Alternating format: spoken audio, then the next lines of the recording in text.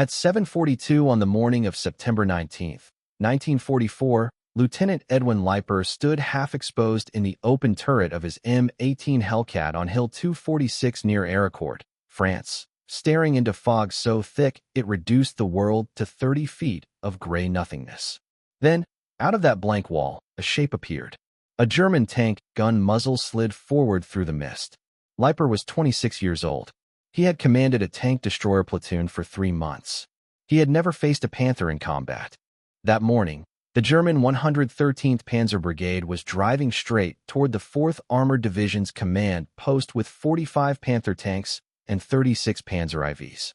Leiper had 4 vehicles to stop them. For M18 Hellcats, American tankers had been mocking the Hellcat since it arrived in France. It weighed 17 tons. The Panther advancing through the fog weighed 45. The Hellcat's frontal armor was 13 millimeters, barely enough to stop rifle fire. The Panther's glassy plate was 80 millimeters of hardened steel. The Hellcat's turret was open to the sky.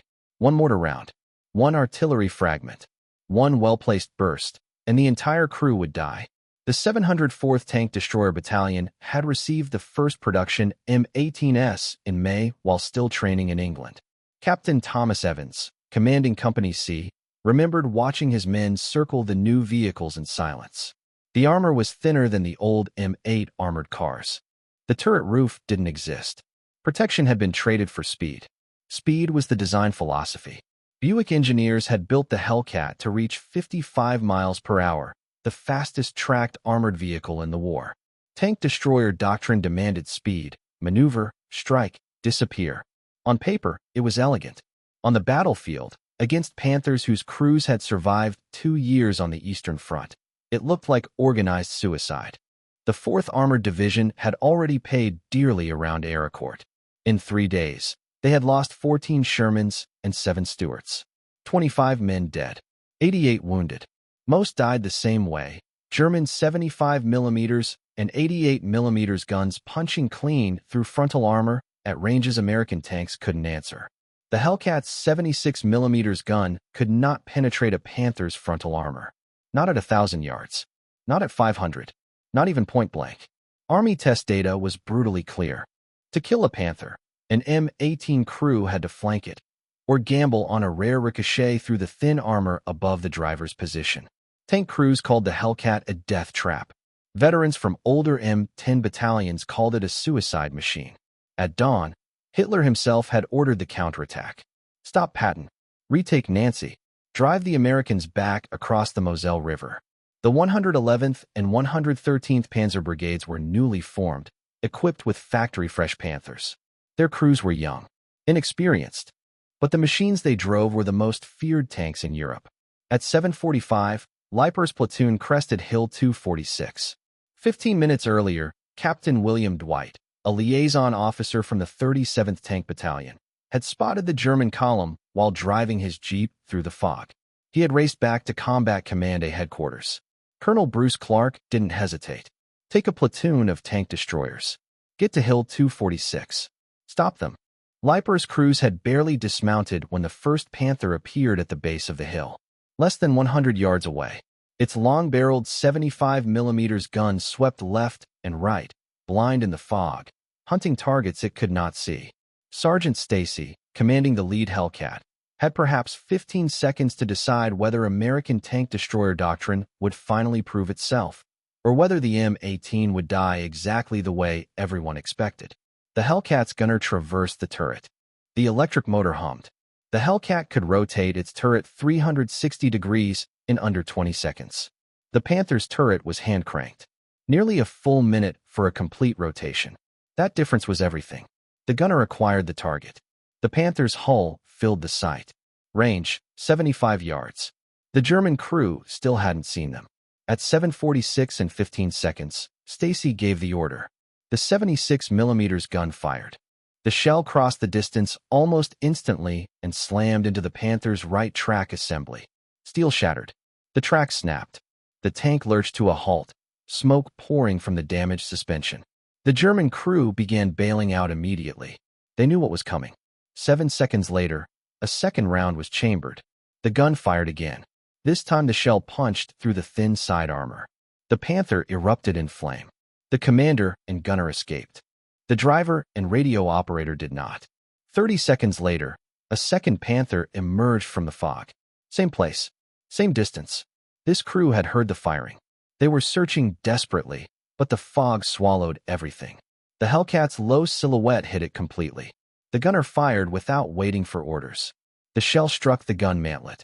The ricochet behaved exactly as ordnance engineers had predicted. The round deflected downward, punched through the 16mm plate above the driver, and killed the tank instantly.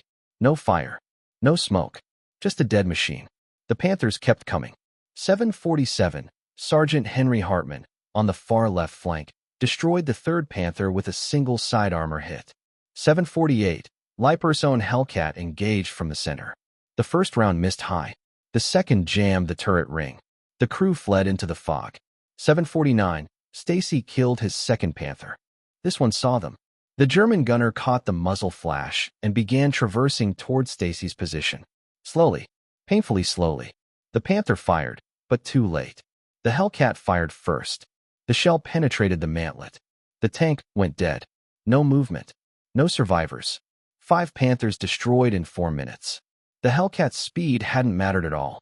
What mattered was turret traverse, discipline, and fog. Fog that erased the Panthers' range advantage and forced every fight to happen inside 100 yards, where the Hellcat could finally kill. Then, at 7:50, the 6th Panther appeared. This crew had learned. The German commander positioned his tank hull down behind a rise. Only the turret showed. He had a clear shot at Stacy's Hellcat. This time, the Panther fired first. The 75mm shell slammed into the Hellcat's turret. The explosion killed the loader instantly. Shrapnel ripped through the gunner and commander. The right track was damaged. Stacy didn't hesitate. He ordered an immediate withdrawal. The driver coaxed the crippled Hellcat down the reverse slope of Hill 246, smoke trailing behind them, while the fog swallowed the battlefield once again. The ambush had worked, but the Panzer Brigade was still coming. German shells began landing closer now, still missing, but no longer blind. Sergeant Stacy's crippled Hellcat disappeared down the reverse slope, trailing smoke. His crew would reach the command post alive, but the cost was immediate and brutal. Lieutenant Edwin Leiper now commanded 3 operational M18 Hellcats instead of 4. 3 tank destroyers. The 113th Panzer Brigade had started the morning with 45 Panthers and 36 Panzer IVs. 5 tanks were already burning at the foot of Hill 246. That still left 76 German tanks advancing through the fog. At 7:52, the 7th Panther emerged. Sergeant Henry Hartman, positioned on the left flank, engaged without hesitation. His gunner fired a single round. The shell punched through the Panther's engine deck, exploiting the thin rear armor. The tank erupted instantly. Flames climbed 30 feet into the morning air. 3 crewmen escaped. 2 did not. At 7:54, the 8th Panther appeared. Leiper's own Hellcat engaged from the center position. The first shot shattered the track. The second missed high. The third penetrated the turret. The Panther stopped dead. All 5 crewmen evacuated, silhouettes vanishing into the fog. Only now did the German column realize it was under attack. Radio chatter between Panther commanders spiked. Engines revved. Tanks began maneuvering, but coordination was impossible. The fog swallowed formations. Crews could not see one another. They could only see muzzle flashes erupting from the hilltop, followed by the sudden destruction of another tank. At 7:56, the 9th Panther tried to flank left around the base of Hill 246. It exposed its side armor. Hartman's gunner fired once. The shell penetrated the sponson and detonated the ammunition rack. The Panther exploded violently. The turret lifted several feet into the air before crashing back down. No survivors. At 7:58, the 10th Panther engaged Sergeant Miller's Hellcat on the right flank. Miller's first shot missed. The German commander made the correct decision. He reversed, attempting to disengage. Miller's gunner fired again. The round struck the mantlet, deflected downward through the upper glassy plate, and killed the tank. Smoke poured from the driver's compartment. 4 crewmen escaped. The driver did not. By 8:02, the German brigade attempted to reassert control. 6 Panthers advanced simultaneously toward Hill 246. It was the first coordinated movement of the morning. German doctrine demanded aggression. Close with the enemy, trust superior armor, force the fight. That doctrine had worked against Soviet T-34s. It did not work here. Leiper's 3 Hellcats opened fire almost as one. Hartmann took the leftmost tank. Leiper engaged the center. Miller covered the right. 3 shots. 3 hits. 3 Panthers stopped in under 10 seconds. The remaining German tanks attempted to withdraw. One threw a track and was abandoned immediately. The other 2 vanished back into the fog. 11th, 12th, 13th Panthers destroyed. The engagement was becoming a slaughter, but Leiper knew it could not last. At 8:07, a Panther found Miller's position. The German tank had approached from an unexpected direction. Uphill from the northeast, climbing terrain American maps had marked impassable. The German commander understood terrain. He understood patience. He fired first. Range, 40 yards. The 75mm shell struck Miller's Hellcat squarely in the thin frontal armor. 13mm of steel offered no resistance. The round detonated inside the crew compartment. Sergeant Miller was killed instantly. His gunner died instantly. The loader was wounded but alive. The driver and assistant driver escaped through the forward hatches. 2 Hellcats remained. Miller had been with the battalion since activation, 31 years old, married, 2 children in Pennsylvania. The telegram would arrive in 3 weeks. At 8:15, the fog began to lift. Visibility increased to 100 feet, then 200. The advantage was shifting. Panthers could now engage at ranges where their armor and gun power mattered. Hellcats needed surprise, needed fog, needed close range. At 8:20, the 14th Panther appeared. Hartmann engaged immediately at 150 yards, a risky shot. Too far for certainty. But Hartmann's gunner was the best in Company C. The round struck the turret ring. The turret jammed. The crew bailed out. At 8:23, a Panther engaged Leiper's Hellcat from 300 yards. The German shell slammed into the ground 10 feet in front of Leiper's position. Dirt and rock blasted upward, peppering the Hellcat's thin armor. No penetration, but the message was clear. Stay here and die. Leiper ordered an immediate reposition. The Hellcat reversed down the slope, shifted 50 yards left, and reappeared on the crest in a new firing position, all in 40 seconds. Shoot. Scoot. Survive. At 8:28, the 15th Panther appeared from the northwest. The fog was almost gone now. Visibility exceeded 300 yards. The German commander moved cautiously, hull down behind a low stone wall. Only the turret showed. Hartmann's gunner fired. The shell struck the stone wall directly in front of the Panther and exploded, showering the tank with fragments. The German commander now knew exactly where Hartmann was. The Panther's gun began traversing, slowly, painfully, by hand crank. Hartmann's loader slammed in another round. 6 seconds. The gunner adjusted, 2 degrees right, 1 down. He fired before the German gun completed its traverse. The shell struck the mantlet. Perfect deflection. The round ricocheted downward through the thin upper glassy plate. The Panther stopped instantly. No fire. No explosion. Just a dead tank. 15 Panthers destroyed. The fight had lasted 46 minutes. 3 Hellcats lost. 2 crews killed. 1 crew wounded and evacuated. At 8:35, Colonel Bruce Clark ordered Leiper to hold Hill 246. Reinforcements were on the way. Additional M18s from Company C were deploying. The German assault had stalled. By 9 o'clock, the fog lifted completely. The battlefield revealed itself. 15 destroyed Panthers scattered across the approaches to Hill 246. Columns of black smoke rose into the clear morning sky. Bodies lay near several tanks. Crews who had escaped initial hits, but not the ammunition cook-offs. Captain Thomas Evans arrived at 9:15. He counted the wrecks twice through binoculars. 15 confirmed kills. Against 4 Hellcats. Hartmann reported 6 confirmed Panthers destroyed by his gunner. Evans verified each wreck.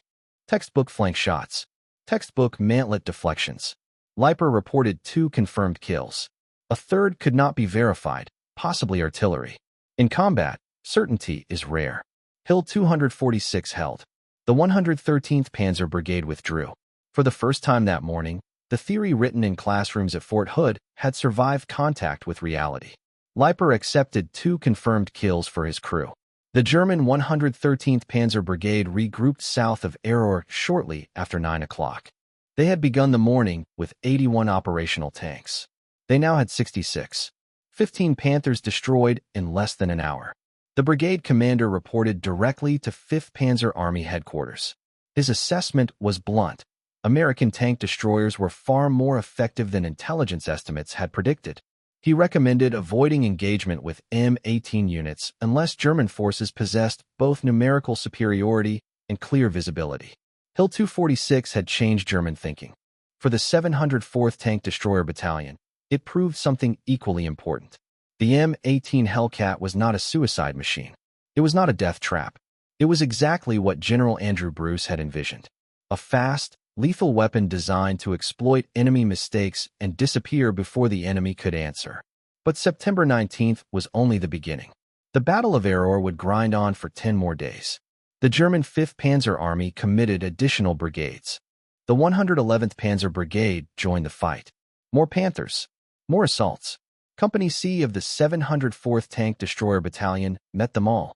Between September 19th and September 29th, Company C engaged German armor in 17 separate actions. They destroyed 39 Panthers and Panzer IVs. They lost 4 Hellcats destroyed and 3 damaged. The kill-to-loss ratio remained extraordinary. Word spread quickly through Patton's Third Army. Sherman crews stopped calling the Hellcat pathetic. M10 crews stopped calling it a suicide machine. The Hellcat worked. The doctrine worked. Speed and maneuverability, used correctly, could defeat heavy armor. That afternoon, Leiper returned to Company C's command post at Error and began writing his after-action report. He wrote 23 handwritten pages. Every engagement was timed. Every shot documented. Range estimates, penetration points, crew performance, mistakes, corrections. The report reached 3rd Army headquarters within 48 hours. Staff officers studied it carefully. Tank destroyer doctrine would be refined based on Leiper's observations, but Leiper would not remain a lieutenant for long. By March 1945, he would be promoted. He would cross the Rhine River on March 24th. He would fight through the Harz Mountains in April. He would survive the war and return home to a country that would never know what happened on a fog-covered hillside in eastern France. The M18 Hellcat had entered combat only 3 months earlier. The 704th had been the guinea pig battalion, first to receive it, first to test it under fire, first to prove whether it worked or failed. At 17, 7 tons combat loaded, powered by a 400 horsepower Continental radial, the Hellcat produced 22 horsepower per ton. A Sherman managed 13. A Panther, 13. 8. Speed was the Hellcat's armor. The actual armor was almost meaningless, 13 millimeters on the hull front, 25 millimeters on the turret. Thinner than a scout car. A Panther weighed 99,000 pounds. Its frontal glacis measured 80 millimeters, sloped to an effective thickness of 140 millimeters. The Hellcat's 76 millimeters gun could not penetrate that armor. Not at any range with standard ammunition. HVAP rounds existed. Tungsten cord, high velocity, theoretically capable of penetrating a Panther's mantlet at range, but tungsten was scarce. Most battalions received 2 rounds per vehicle per month. Crews hoarded them for desperation. Hill 246 was fought entirely with standard M62 armor-piercing rounds. The solution was tactical, not technical. Do not engage Panthers head-on. Do not fight at range. Use speed. Use terrain. Use fog. Use geometry. Aim for the mantlet. Trust the ricochet. Hartmann's gunner had demonstrated it repeatedly. 3 deflection kills in 1 morning. The shell struck the mantlet, deflected downward, penetrated the thin upper glacis, and killed the crew inside. Physics did the rest. That technique spread quickly. Shoot the mantlet became standard instruction for Hellcat crews across the European theater. The German response was predictable. Maintain distance. Exploit superior gun range. Avoid close engagements. At long range, the Panther dominated. At short range, in fog and chaos, the Hellcat killed. September 19th had offered perfect conditions. Dense fog, surprise, close contact. Those conditions would not always exist. But for 46 minutes on Hill 246, tank destroyer doctrine worked exactly as intended. Not because the Hellcat was strong, because its crews were fast, disciplined, and ruthless. And because Lieutenant Edwin Leiper understood one rule better than any manual ever written: never fight fair. 3 Panthers were destroyed before the German column finally disengaged. No American vehicles were lost in that exchange. By early afternoon, the fog began to lift, and with it came a change in the fight. German artillery started walking shells onto known American positions. Panther crews advanced with noticeably better coordination than they had shown on September 19th. They used infantry screens. They increased spacing between vehicles. They abandoned predictable approach routes. The Germans were learning. So were the Americans. The 704th Tank Destroyer Battalion adapted quickly. M18 crews began using stone farmhouses and barns as firing masks, positioning behind thick walls with only the gun barrel exposed. They would fire once, reverse at full throttle, and reappear hundreds of yards away before German return fire could arrive. The tactic worked because the Hellcat could accelerate faster than any Panther crew could traverse its turret. Speed became survival. On September 23rd, the weather cleared completely. Visibility stretched beyond 2,000 yards across the open farmland around Aroer. The advantage shifted decisively to the Germans. Panthers could now engage at ranges where the Hellcat's 76mm gun was ineffective. Several M18s were lost that day when crews lingered too long in open ground. The lesson was brutal and immediate. Never fight at range. Never expose yourself without cover. Wait for the enemy to close, or don't engage at all. Captain Evans lost his second Hellcat on September 24th. A German artillery shell landed directly inside the open turret. 3 crewmen were killed instantly. The loader survived, but lost both legs. He was evacuated to England within 12 hours. He would never walk again, but he would live, return home to Indiana in April 1945, and survive the war. The battalion kept fighting. The 25th Panther fell on September 25th. The 30th on September 27th. The 39th, and final, Panther on September 29th. By the end of the battle, Company C alone claimed 22 confirmed kills. Companies A and B accounted for the remaining 17. On September 30th, the German 5th Panzer Army withdrew. The 113th Panzer Brigade had been reduced from 81 operational tanks to 47. The 111th Panzer Brigade had lost 19 Panthers and 12 Panzer IVs. The attack on Nancy failed completely. Patton's Third Army held the line. American losses were severe, but sustainable. The 4th Armored Division lost 14 Sherman medium tanks, 7 Stuart light tanks, and 21 Shermans damaged, but reparable. The 704th Tank Destroyer Battalion lost 4 Hellcats destroyed, 3 damaged, 21 men killed, and 37 wounded. The numbers told the story. 39 German tanks destroyed for 4 Hellcats lost. A kill ratio approaching 10-1. No other American armored unit in the European theater achieved anything comparable. The M18 Hellcat had proven its worth beyond debate. After Aroer, demand for Hellcat battalions surged. Units still equipped with the older M10 requested conversion immediately. Even General Omar Bradley, once skeptical of the Hellcat, reversed his position. He wanted M18 battalions attached to every armored division under his command. But production could not keep up. Buick had manufactured only 257 minutes and 18 seconds between July 1943 and October 1944. Plans for nearly 9,000 vehicles were canceled. Resources were redirected to the M36, armed with a 90mm gun capable of frontal Panther penetrations at 1,000 yards. Heavier, slower, less agile, but undeniably lethal. Army planners chose firepower over speed.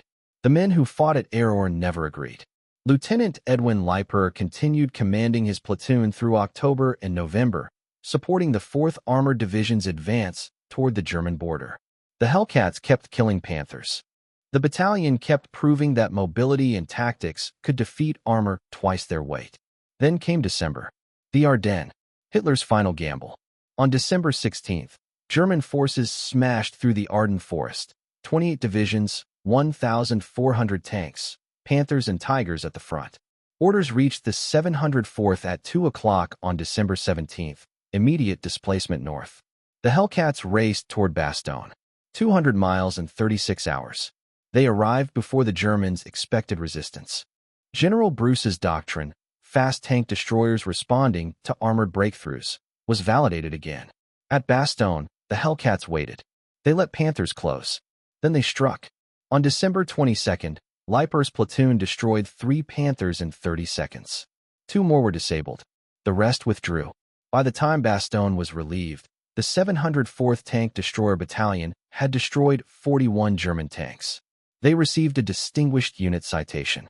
Sergeant Henry Hartmann earned a 2nd Bronze Star for destroying 4 Tigers in a single fight. Leiper was promoted in March 1945. By May 8th, the war in Europe was over. The 704th had spent 337 days in combat. They destroyed 98 German tanks. They lost 18 Hellcats, 63 men killed, 147 wounded. The M18 Hellcat entered the war mocked and doubted. It left it feared. And on a fog-covered French hillside in September 1944, it proved that speed, used correctly, could kill steel. Lieutenant Edwin Leiper survived. He was 27 years old when the war ended, older than most of the men he had led, younger than most of the decisions he had been forced to make. He had commanded a tank destroyer platoon for 9 months. He had fought at Error, at Bastogne, at the Rhine crossing. He had watched friends die inside burning steel. He had written letters that could never explain what had happened or why it had happened that way. And he had continued fighting because that was the job. Leiper returned to the United States in August 1945. He was discharged the following month. He went home. He found work. He married. He raised children. He built a life that looked ordinary from the outside, one made possible only because men like Sergeant Miller and the loader who lost both legs to artillery fire had paid prices that Leiper would carry quietly for the rest of his life. The M18 Hellcat remained in U.S. service until 1957. It fought again in Korea. It was exported to Allied nations. Yugoslavia kept M18s in active service into the 1990s. But its defining moment had already passed. That moment was September 19, 1944. For tank destroyers against a Panzer Brigade. 15 Panthers destroyed in less than an hour. That was the day the Hellcat proved everyone wrong. The Battle of Error is remembered as one of the largest armored engagements on the Western Front. The 4th Armored Division claimed 281 German tanks destroyed during the Lorraine campaign. The 704th Tank Destroyer Battalion accounted for 39 of those kills, nearly 1/7 of the total. The Hellcat demonstrated a lesson military academies still teach. Terrain matters. Weather matters. Visibility matters. A 17-ton tank destroyer defeated 45-ton Panthers, not because it was better, but because Leiper's crews used fog, terrain, and timing to erase German advantages before those advantages could be brought to bear. After the war, the U.S. Army concluded that tank destroyer battalions were no longer necessary. Future wars would be different. Tanks would handle anti-tank missions. Specialized destroyers were deemed obsolete.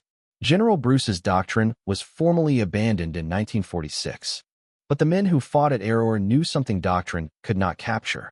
Specialized vehicles, with specialized training, could achieve results general-purpose machines could not.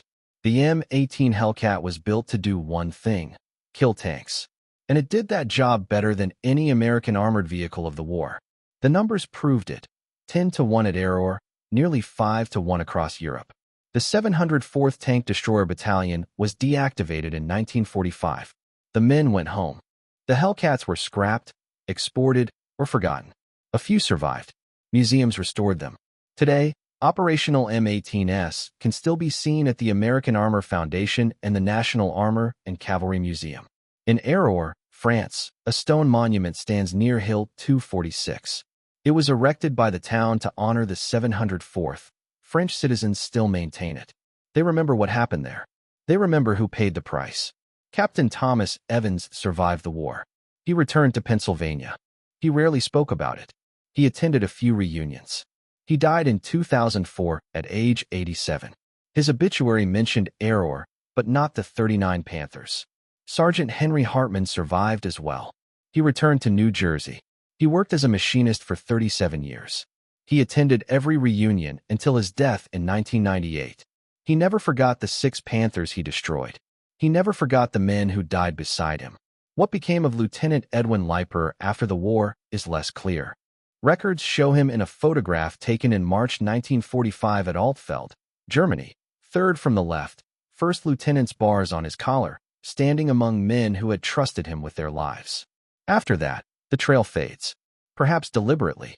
Many veterans chose that path. They served when called. They fought when required. They came home and lived quietly, far from the attention they could have claimed. The Hellcats' reputation changed completely after Error. The vehicle mocked in July was requested by October. Speed worked. Tactics worked. Doctrine that sounded insane in theory proved decisive in practice. 17 tons killed 45 because the crew knew how.